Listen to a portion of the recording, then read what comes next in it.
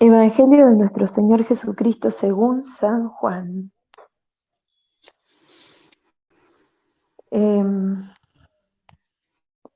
Los judíos tomaron piedras para apedrear a Jesús. Entonces Jesús dijo: les hice ver muchas obras buenas que vienen del Padre. ¿Por cuál de ellas me quieren apedrear? Los judíos le respondieron: no queremos apedrearte por ninguna obra buena, sino porque blasfemas, ya que siendo hombre te haces Dios. Jesús les respondió: ¿no está escrito en la ley de ustedes, yo dije, ustedes son dioses? Si la ley llama dioses a los que Dios dirigió su palabra, ay, ay, ay. Si la ley llama dioses a los que Dios dirigió su palabra, y la escritura no puede ser anulada, ¿cómo dicen tú blasfemas a quien el Padre santificó y envió al mundo porque dijo, yo soy hijo de Dios? Si no hago las obras de mi Padre, no me crean, pero si las hago, crean en las obras, aunque no me crean a mí. Así reconocerán y sabrán que el Padre está en mí y yo en el Padre. Ellos intentaron nuevamente detenerlo, pero él se les escapó de las manos. Jesús volvió a ir al otro lado del Jordán, al lugar donde Juan Bautista había bautizado, y se quedó allí. Muchos fueron a verlo, y la gente decía: Juan no ha hecho ningún signo, pero todo lo que dijo de este hombre era verdad.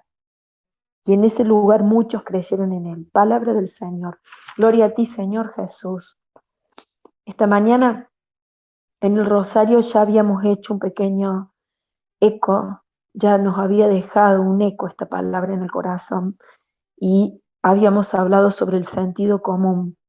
Jesús nos enseña a usar la inteligencia,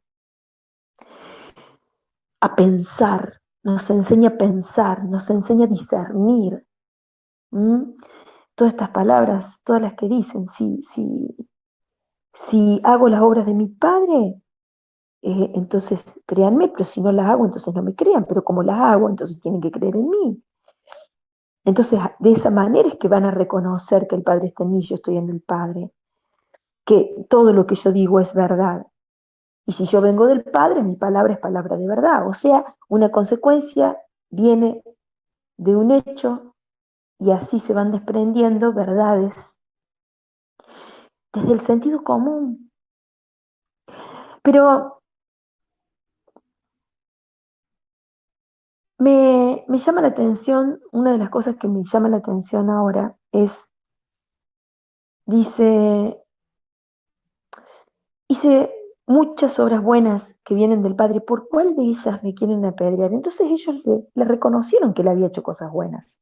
Y dice, no queremos apedrearte por ninguna obra buena, sino porque blasfemas, ya que siendo hombre te haces Dios. En psicología hay algo que se llama proyección. Hay algo que se llama proyección. Nosotros vemos, la proyección es ver parte nuestra en el otro, algo nuestro en el otro, lo vemos reflejado. No lo reconocemos en nosotros, pero lo vemos en el otro, reconocemos en el otro algo que está mal y nos molesta, nos hace ruido. Y eso es una proyección, pero de manera inconsciente hacia nosotros. Nosotros nos miramos como en un espejo, el alma sabe que se está viendo a sí misma, pero el inconsciente lo borra. ¿Sí? Entonces el otro es el que nos molesta y el que actúa mal. El otro es el que está obrando mal. Cuando vemos a alguien que nos molesta mucho, deberíamos preguntarnos por qué nos molesta tanto, en qué me veo reflejado. Fíjense ustedes aquí lo que dicen estos judíos. ¿Por qué les molestaba tanto a Jesús? Porque decían que él blasfemaba. ¿Por qué? Porque él se hacía Dios. Y resulta que los que se hicieron dioses fueron ellos, porque tomaron a Jesús en sus manos, cuando llegó el momento, cuando llegó la hora de la gloria, lo tomaron a Jesús, lo juzgaron como Dios, porque hay dos cosas que solamente le pertenecen a Dios, dos actos. Uno es el de crear y el otro el de juzgar. Todo lo demás Él lo compartió con los hombres. Los hombres lo único que no podemos hacer es crear de la nada y juzgar. En cambio, todo el resto sí lo podemos hacer. Ahora fíjense lo que hicieron ellos. Ellos se hicieron dioses. Se comportaron como Dios, le robaron el lugar a Dios, porque juzgaron a Jesús, al hombre Dios. Y eso nos trae, digamos que en esta palabra nos hace ver de alguna manera lo que a ellos tanto les molestaba, con argumentos religiosos, con argumentos, todo lo que ustedes quieran. En las Escrituras estaba toda la explicación. Jesús le presenta las Escrituras, como se las presentó al enemigo en el desierto, cuando estuvo los 40 días en el desierto y fue tentado por Satanás. Así de esa misma manera, ahora le presenta las Escrituras a ellos. A Satanás los venció con las Escrituras. Pero al hombre, en su pobreza, en nuestra pobreza, a la hora de pensar, de discernir, estamos tan centrados en nosotros mismos, tan convencidos de que tenemos la razón, de cómo vemos las cosas, de cómo estamos parados ante la vida, que rechazamos todo aquello que nos puede mover, movilizar, invitar a salir de nosotros mismos, invitarnos a un cambio, o sea, en otras palabras, aquello que nos invita a la conversión. Estamos cerrados. Y puede pasar como le pasó a estos acá, que ellos se veían en sí mismos, lo veían en Jesús. Lo que pasa es que Jesús era verdaderamente Dios. Y eso era lo que ellos no lograban captar por la pobreza de su inteligencia, por su falta de discernimiento, por su falta de unión con Dios, por su falta de conocimiento. Ellos no conocían a ese Dios en el que decían creer. Cumplían leyes, pero no lo conocían. Dirá el Antiguo Testamento, ustedes lo que dicen es de la boca para afuera, o ustedes juzgan por las apariencias, pero su corazón está lejos de mí, les dirá el Señor. Al corazón no lo ven, tampoco lo pueden juzgar. Todos los de ustedes es de los labios para afuera, pero no tienen acceso a su corazón, ni siquiera al suyo, mucho menos al corazón de Dios. Entonces, cuando nos falta ese Espíritu Santo, esa virtud tan preciosa que se llama humildad, es imposible poder llegar a entender a Dios y mucho menos reconocerlo.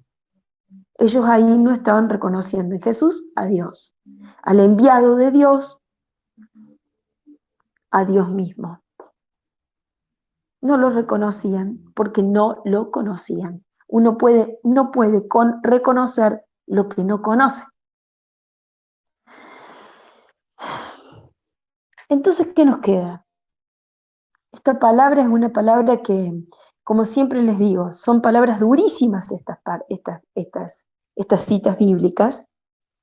Del Evangelio de Juan, en la parte en donde ya nos estamos aproximando a la Pascua, a la pasión de Cristo, y en donde todas las cartas se van poniendo sobre la mesa, ¿no? En donde mi alma queda ahí cada vez más expuesta, cada vez más desnuda, cada vez más transparente, más a la vista, más a la luz. Cada vez queda más expuesta. La palabra va haciendo ese trabajito en este último tiempo. Por eso lo mejor no sería decir, a ver, vayamos a otro texto más lindo. No, porque este tiempo es tiempo de un llamado a la conversión y se dan gracias muy grandes para nuestras conversiones. Entonces es en este momento en donde debemos a cara descubierta y con toda la valentía y con todo el amor humillarnos ante Jesús y decirle, aquí estoy, Señor.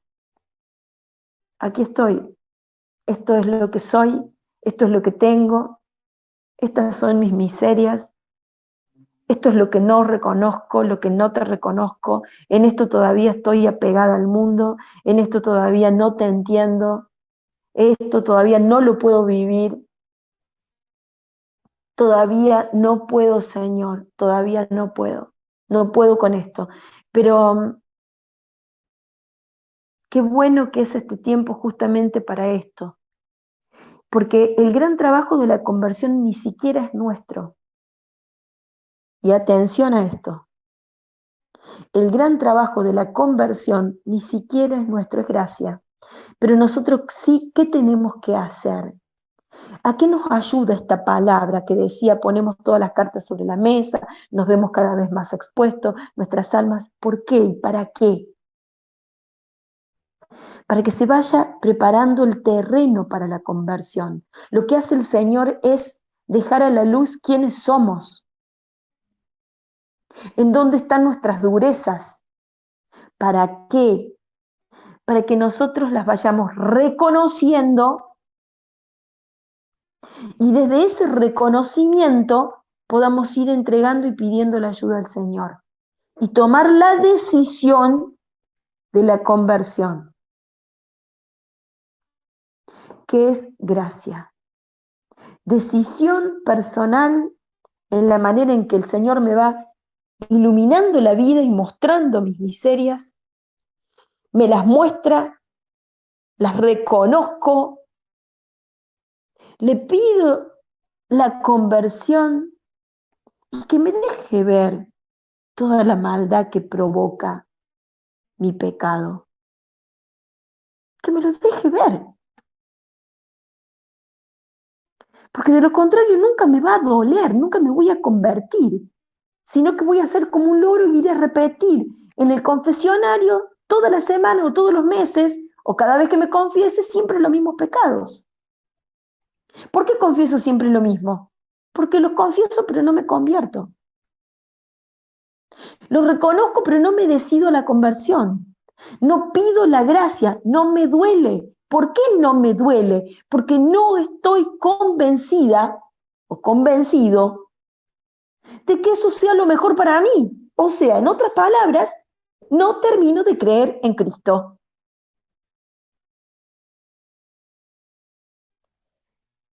Qué bueno entonces este tiempo, pero también para ver toda la maldad que se desprende de mi pecado y dolerme para que me duela. Hay un paso de los pasos para el sacramento de la reconciliación, que es el dolor de los pecados. Primero el examen de conciencia, el arrepentimiento, el dolor de los pecados, confesarlos y cumplir la penitencia, los 5 pasos. En catequesis se lo habré dado a esto. Entonces uno es el dolor de los pecados. Y uno puede decir, y yo voy a confesarlo porque yo lo reconozco, pero a mí no me duele. ¿Y por qué no te duele? Porque no ves su maldad. Ni el mal que haces a vos misma, el vínculo que rompes con Dios cuando cometés el pecado, ni el daño que le haces a los otros cuando cometés ese pecado. No lo estás viendo. Entonces necesito sincerarme y pedir ayuda al cielo y al Espíritu Santo para que venga a mí a hacer ese trabajo de conversión. Necesito encontrarme con el Dios de la vida de verdad. Y necesito tomar la decisión de decir, sí, Señor, sí quiero convertirme. Sí, Señor, sí quiero, sí quiero, sí quiero, Señor. Sí quiero que tú seas el Rey de mi vida. ¿Qué significa que Jesús sea el Rey de mi vida? Significa que muero a mi yo y muero a todos aquellos pecados que se cometen porque mi voluntad así lo decide. Cuando muero a mi yo, muero a mi propia voluntad. ¿Para qué? Para hacer la voluntad de Dios. Cuando hago la voluntad de Dios, Dios se convierte en el Rey de mi vida, el que gobierna mi vida. Por eso le decimos Rey. Porque si yo no hago eso, ni lo tengo a él como aquel en quien confío plenamente y quien gobierna mi vida, entonces ¿para qué le voy a decir rey? Cuando no lo es, cuando yo soy mi propia reina o mi propio rey.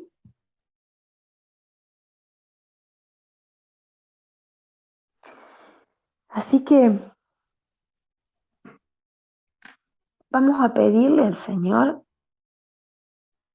primero es la gracia grande esta de usar bien nuestra inteligencia, de valorar el sentido común, de pensar, de pedir que ilumine nuestra inteligencia al Espíritu Santo, para hacer buenos discernimientos, para tomar buenas decisiones. Segundo, le vamos a pedir que en este tiempo de Cuaresma, que ya falta muy poquito para que termine, ya estamos, el domingo es Domingo de Ramos, terminó la Cuaresma, queda un día. Entonces en este día pedirle al Señor que nos dé la gracia grande de aprovecharla y aprovechar toda esta Semana Santa para poder introducirnos en el corazón de Jesús, para entregarle nuestra miseria, pedirle que nos ilumine sobre nuestros pecados, poder ver la maldad de nuestros pecados y poder llorarlos con sinceridad y humillarnos ante Él. Humillarnos ante Él cada Viernes Santo, cada vez que llega esta Semana Santa y este Viernes Santo, decirle, Señor, todo esto lo has hecho por mí, pero es verdad todo esto, no es cuento. Y si lo tomo como que es verdad, entonces tengo que meterme, aprovechar este tiempo que es la semana mayor del año, la semana más importante del año para nosotros, y decirle al Señor, Señor, te estás preparando nuevamente para llevar mi cruz, para cargar mi cruz, para hacerte cargo de mí, para regalarme el don de la salvación. Y yo con toda mi alma y con toda mi vida quiero decirte que sí. Por eso simplemente pedirle esto al Señor, pedirle esto. Y vivir la vida con los ojos abiertos. La psicología nos enseña muchas cosas. Pero en definitiva, dejemos de ver, cuando miremos a otro y alguien nos moleste, danos la gracia, Señor, de iluminarnos de por qué nos molesta, y seguramente que vamos a ver actitudes nuestras reflejadas en el otro. Que por qué las hace el otro no tenemos ni idea, pero sí sabemos por qué las hacemos nosotros. Heridas no sanas, no resueltas, conflictos no resueltos. Que tenemos que pedir sanación al Señor y que Él venga a ordenar nuestra vida en su amor. Bendito, alabado y adorado sea, Señor, desde el corazón inmaculado de María. Amén. Amén.